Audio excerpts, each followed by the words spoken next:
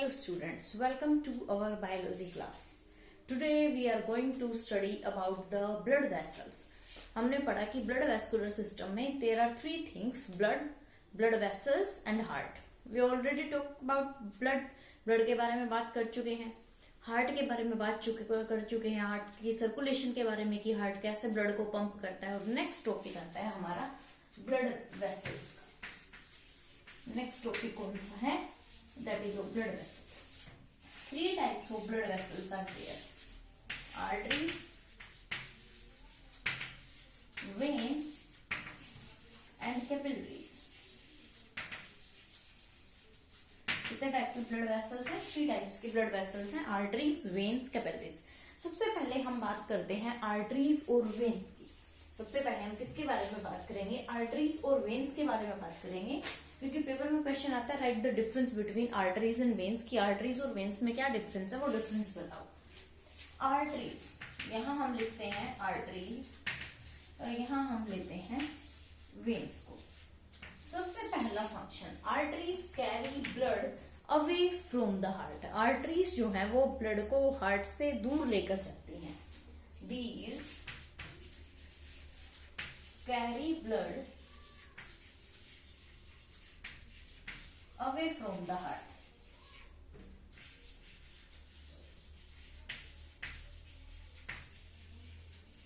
Except सिर्फ एक artery ऐसी है जो ब्लड जो है these carry blood away from the heart. Veins, these carry blood towards the heart. पहला मेन फंक्शन क्या है कि आर्टरीज जो है वो तो ब्लड हार्ट से दूर लेकर जाती हैं, वेन्स जो है ये ब्लड हार्ट के पास लेकर आती हैं। Second, these carry oxygenated blood. Arteries के अंदर कैसा ब्लड होता है? ऑक्सीजनेटेड ब्लड, एक्सेप्ट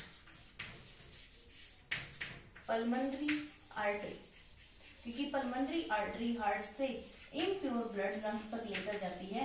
यानी कि सिर्फ एक पल्मोनरी आर्टरी ऐसी है जिसके अंदर ब्लड डीऑक्सीजनेटेड होता है, बाकी सभी आर्टरीज के अंदर ब्लड जो है ऑक्सीजनेटेड ब्लड प्रेजेंट होता है।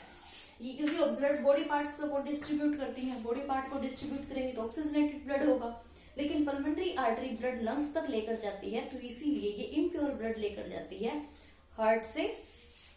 दूसरा डिफरेंस अगर हम बात करें तो these carry deoxygenated blood. इनके अंदर वेन्स के अंदर deoxygenated blood होता है, accept pulmonary when. Pulmonary vein को छोड़कर बाकी सभी वेन्स के अंदर क्या होता है? डीऑक्सीजनेटेड ब्लड होता है। पल्मोनरी वेन का काम है ब्लड को हार्ट लंग्स से लेकर आना, और लंग्स में प्यूरिफिकेशन होती है तो जाहिर सी बात है जो पल्मोनरी वेन है वो ब्लड कैसा लेकर आएगी? वो ब्लड लेकर आएगी ऑक्सीजनेटेड ब्लड। तीसरा फंक्शन है arteries are thick walled. Arteries जो है इनकी वॉल्ड थिक होती है, मोटी वॉल होती है, जबकि veins have thin wall. Veins की जो वॉल्स होती हैं, veins have thin wall. Arteries are thick walled, veins are thin walled. Arteries की जो वॉल होती है, ये जो वॉल होती है वो थिक होती है, जबकि वेन्स की वॉल थिन होती है। क्यों होती है? क्योंकि आर्टरीज के अंदर blood flows with high pressure. Blood flows with high pressure. Arteries के अंदर जो ब्लड फ्लो करता है वो हाई प्रेशर पे फ्लो करता है, जबकि वेन्स के अंदर blood flows with low pressure. Blood flows with low pressure. अब ब्लड जब हाई प्रेशर पे फ्लो करता है तो वो वॉल्स के ब्रेक होने के चांसेस, वॉल्स के टूटने के चांसेस ज्यादा होते हैं, इसीलिए आर्टरीज की जो वॉल होती है वो थिक होती है। और वॉल थिक होने की वजह से वॉल अगर थिक हो गई, मान लिया ये वॉल इतनी हो गई, तो वॉल थिक होने की वजह से इनका जो ल्यूमेन होता है जिसमें से ब्लड फ्लो करता है, वो ल्यूमेन इनका नैरो होता है। Lumen is narrow. Lumen narrow क्यों है? क्योंकि इनकी वॉल जो है वो कैसी है? थिक वॉल्ड है, तो ल्यूमेन नैरो। अगर वॉल थिन होगी तो ल्यूमेन जो है वो कैसा होगा? Lumen is wide. वेन्स का जो ल्यूमेन है वो कैसा है? वाइड है। तो पहला फंक्शन डिफरेंस क्या है कि ब्लड आर्टरीज ब्लड को दूर लेकर जाते हैं हार्ट से, vein carry blood towards the heart. Arteries carry oxygenated blood except pulmonary artery, while जो वेन्स हैं these carry deoxygenated blood except pulmonary vein. Arteries have thick walled, veins की wall thin होती हैं। आर्टरीज के अंदर blood high pressure से flow करता है, जबकि वेन्स के अंदर ब्लड का प्रेशर लो होता है। इनका ल्यूमेन नैरो होता है सेंट्रल, जिसमें से ब्लड फ्लो करता है। इनका ल्यूमेन जो है वाइड होता है। और सिक्स्थ इज दैट कि आर्टरीज जो है these do not have valve, do not have valve। इनको वाल्व की जरूरत नहीं है, क्योंकि ब्लड हाई प्रेशर से फ्लो करता है। जब कोई चीज बहुत प्रेशर से जब आगे जाती है तो उसके वापस आने के चांसेस जो है बहुत कम होते हैं, तो आर्टरीज को वाल्व्स की जरूरत नहीं होती। जबकि वेन्स जो है, वेन्स हैव वाल्व्स। अब वेन्स जो है एक तो ऊपर की डायरेक्शन में ब्लड लेकर जाती है, वो ऊपर जा रहा है तो हो सकता है वो वापस नीचे भी आ जाए, तो उसके बैक फ्लो को प्रिवेंट करने के लिए वेन्स के अंदर वाल्व्स प्रेजेंट होती है। क्यों? क्योंकि एक तो ब्लड जो है वेन्स के अंदर लो प्रेशर से फ्लो करता है, तो इनको वाल्व्स की जरूरत है। दूसरा, अपवर्ड डायरेक्शन में ये लेकर जा रही है, तो अपवर्ड डायरेक्शन में जा रहा है तो वो नीचे भी आ सकता है, इसीलिए उसके बैक फ्लो को प्रिवेंट करने के लिए वेन्स के अंदर क्या प्रेजेंट होती है? वाल्व्स प्रेजेंट होती है। Note down these differences between arteries and veins, these are very important. ये बहुत इंपॉर्टेंट है, पेपर में पूछ लिया जाता है 2 और 3 मार्क्स में कि what are the difference between arteries और वेन्स, की वेन्स और आर्टरीज के अंदर क्या डिफरेंस है। अब 2 ब्लड वेसल्स तो हमारी हो गई, आर्टरीज और वेन्स। तीसरी जो हमारी ब्लड वेसल आती है दैट इज कैपिलरीज। अब कैपिलरीज क्या है? तीसरी ब्लड वेसल क्या है?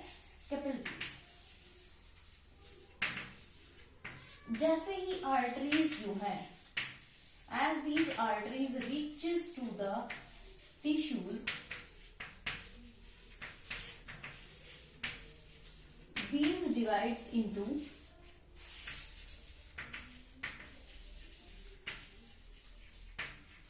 smaller and smaller branches,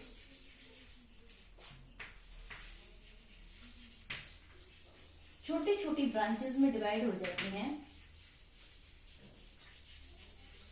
known as capillaries।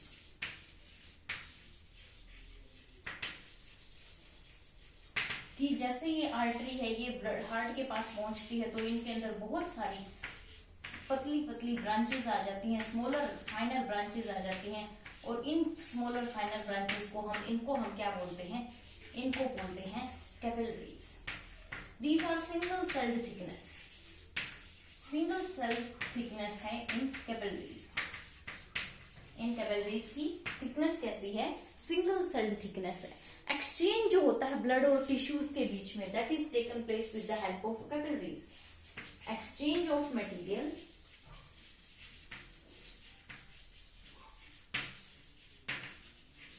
Between blood and tissues occurs through capillaries।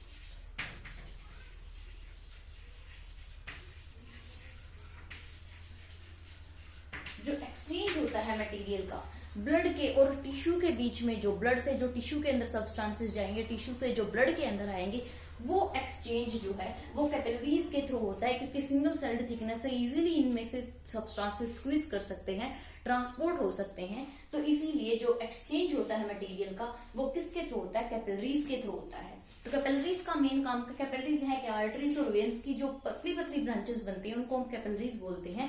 Single celled thickness है, इनका काम क्या है? ब्लड और टिश्यू के बीच में मटेरियल एक्सचेंज करना काम है कैपिलरीज का। अब ये आर्टरीज से जो कैपिलरीज निकली हैं, these capillaries joins with the capillaries of veins. अब ये वेन्स से जो कैपिलरीज निकलेगी उनसे ज्वाइन करेंगी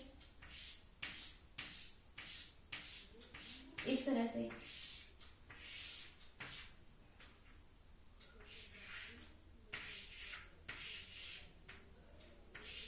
इस तरह से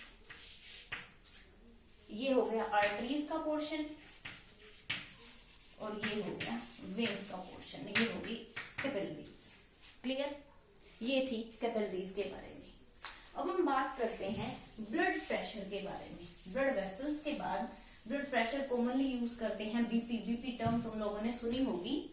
तो अब हम बात करते हैं ब्लड प्रेशर की। What is blood pressure? Pressure exerted by blood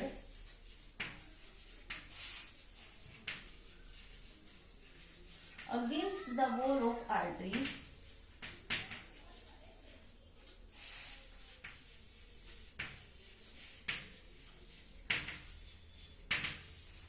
is known as blood pressure.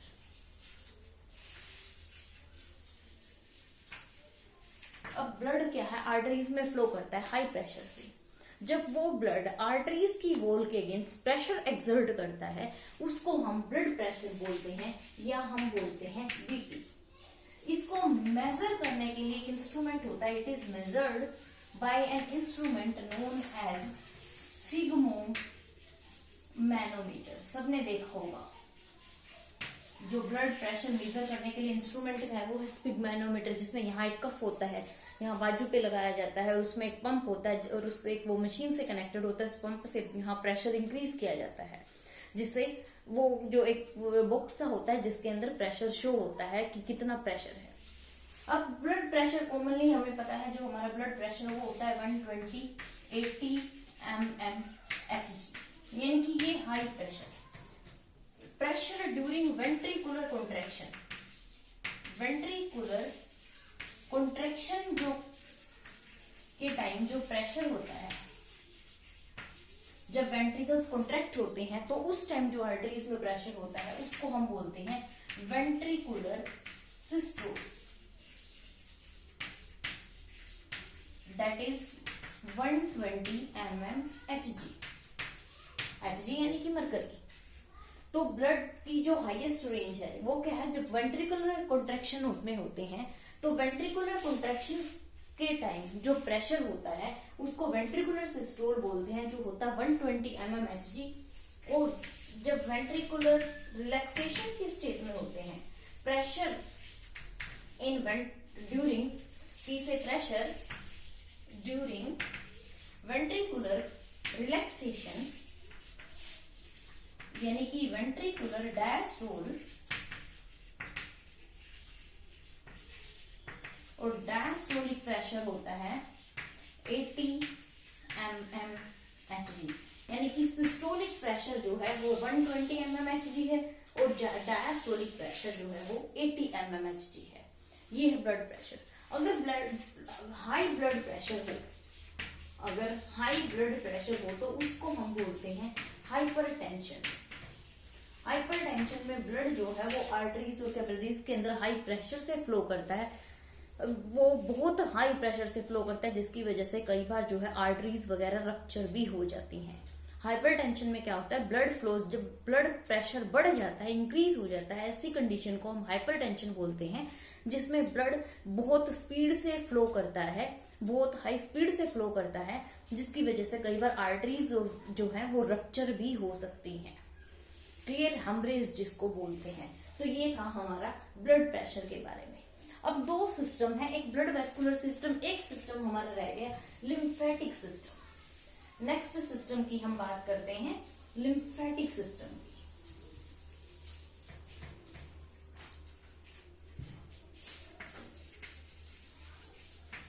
There are two systems in our body for transportation.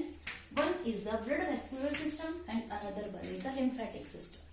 This lymphatic system consists of lymphatic capillaries,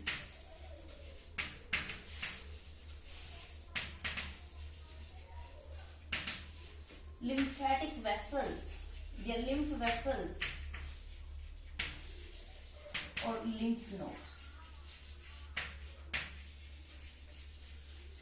lymphatic system mainly 4 चीजें consist करता है, lymphatic capillaries, lymph vessels और lymph nodes. सबसे पहले अगर हम बात करें लिम्फ की, तो लिम्फ बनता कैसे है। कैपिलरीज सिंगल सेल्ड थिकनेस होती है, तो कैपिलरीज में से कुछ सब्सटेंसेस, कुछ प्रोटीन्स, कुछ सब्सटेंसेस स्क्वीज कर जाते हैं, बाहर निकल जाते हैं. Some substances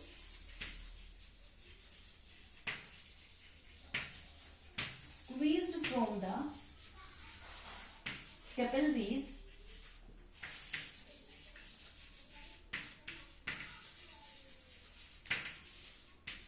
outside the cell formed lymph. कुछ सब्सटेंसेस जो है, जब ब्लड कैपिलरीज में फ्लो कर रहा होता है तो कैपिलरीज से कुछ सब्सटेंसेस सेल के बाहर स्क्वीज कर जाते हैं, जिसको लिम्फ बोलते हैं. It is also known as, इस लिम्फ का दूसरा नाम है एक्स्ट्रा सेलुलर फ्लूइड, या फिर इसको हम इंटरस्टिशियल फ्लूइड भी बोलते हैं. Cells directly bathed in this solution. Cell जो है इस लिम्फ में बात करते हैं, यानी कि ये सेल है तो सेल के बाहर ये लिम्फ प्रेजेंट होता है, तो cells directly bath in this lymph. Composition इसकी, plasma composition of lymph. Lymph क्या क्या कंसिस्ट करता है?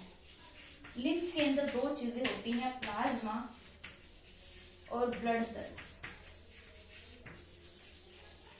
ब्लड सेल्स में मेनली इसके पास प्रेजेंट होते हैं WBC. इसके अंदर रेड ब्लड सेल्स और प्लेटलेट्स नहीं होती. ब्लड सेल्स की जगह इसमें सिर्फ WBC प्रेजेंट होते हैं. और अगर हम बात करें प्लाज्मा की, तो प्लाज्मा की कंपोजिशन सेम है. Composition of plasma of lymph is same as of blood. Lymph के प्लाज्मा की जो कंपोजिशन होती है वो सेम होती है जैसे कि ब्लड प्लाज्मा होता है, but it contain less proteins. इसके अंदर सिर्फ जो प्रोटीन्स होते हैं वो ब्लड प्लाज्मा के कंपैरिजन में कम होते हैं. बाकी इसके अंदर कोई water dissolved substances like food, digested fat, proteins, carbohydrates, blood को ऑक्सीजन, कार्बन डाइऑक्साइड, वो सारे सब्सटेंसेस इसके अंदर प्रेजेंट होते हैं वाटर के साथ. सिर्फ इसके अंदर प्रोटीन्स कम होते हैं. और ब्लड सेल्स जो है वो WBC है. ये तो हुआ लिम्फ के बारे में. पेल येलो कलर का है ये. अब this lymph flows in the lymph capillaries. ये जो लिम्फ है वो वेरिंग डायमीटर की पतली पतली ब्रांचेस होती हैं. लिम्फ किसमें एंटर करेगा? Lymph flows into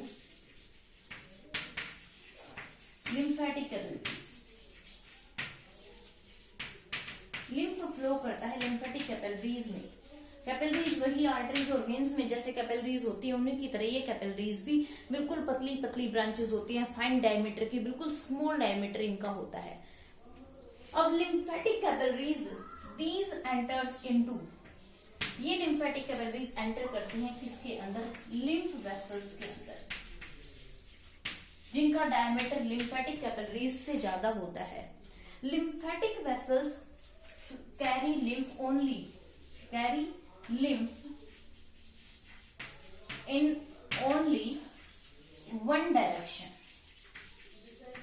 only in one direction. lymph vessels जो है वो lymph कैरी करती हैं, सिर्फ एक ही डायरेक्शन में फ्लो करती हैं, यानी कि towards heart. सिर्फ किसकी तरफ फ्लो करती हैं? ये फ्लो करती हैं हार्ट की तरफ. और ये lymph vessels these join the veins near the heart. Heart के पास जाके ये वेन होती है, मेन एक सब क्लैविन वेन प्रेजेंट होती है हार्ट के पास. ये लिम्फ वेसल्स उस अपनी कंपोजिशंस को, अपनी सब सेक्रीशंस को, जो इनके अंदर सब्सटेंसेस प्रेजेंट होते हैं, उसको किसमें ड्रेन कर देती हैं? वेन्स के अंदर डाल देती हैं. हार्ट के पास जाकर उन सब्सटेंसेस को, उस कंपोजिशन को किसमें डाल देती हैं? वेन्स में, जहां से वो हार्ट के पास जाता है और हार्ट से फिर वो डिस्ट्रीब्यूट होता है. तो और कई जगह इस लिम्फेटिक सिस्टम में लिम्फ नोड्स प्रेजेंट होती हैं. इन लिम्फ नोड्स के अंदर एंटीबॉडीज बनती हैं that helps in fighting against disease, that helps in fighting against diseases. कि लिम्फ जो है, लिम्फेटिक नेटवर्क, इस तरह से लिम्फेटिक नेटवर्क प्रेजेंट है हमारी बॉडी में।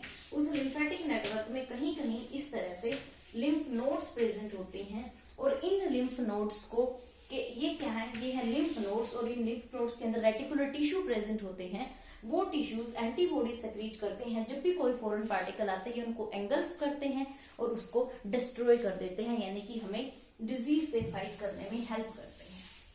अगर हम बात करें इनके फंक्शंस की, तो फंक्शंस क्या है लिम्फेटिक सिस्टम का, यानी कि functions of lymph.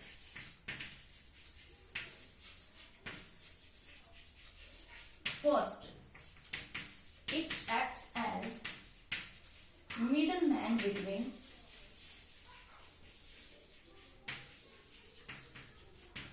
blood and tissues. Tissues की सेक्रीशंस को उठा के वापस ब्लड में डाल देते हैं, तो ये मिडल मैन की तरह काम करते हैं ब्लड और टिश्यूज के बीच। Second, it helps in absorption of fats. अब फैट्स का एब्जॉर्प्शन जो है, वो जब फैट डाइजेस्ट हुई थी फैटी एसिड्स और ग्लिसरॉल में, इन फैट का एब्जॉर्प्शन ब्लड के थ्रू नहीं होता, इन फैट्स का एब्जॉर्प्शन कौन करता है, लिम्फ करता है। तो फैट्स का एब्जॉर्प्शन। तीसरा, it also helps us in fighting against diseases. Fighting against diseases, ये हमें डिजीजेस से फाइट करने में भी हेल्प करते हैं। ये है लिम्फेटिक सिस्टम के फंक्शंस। क्लियर। इसके बाद नेक्स्ट क्लास में हम पढ़ेंगे ट्रांसपोर्टेशन सिस्टम इन प्लांट्स। ये तो हमने ह्यूमन बींग्स के अंदर पढ़ा, प्लांट्स के अंदर भी ट्रांसपोर्टेशन सिस्टम की जरूरत पड़ती है, वो हम नेक्स्ट क्लास में पढ़ेंगे।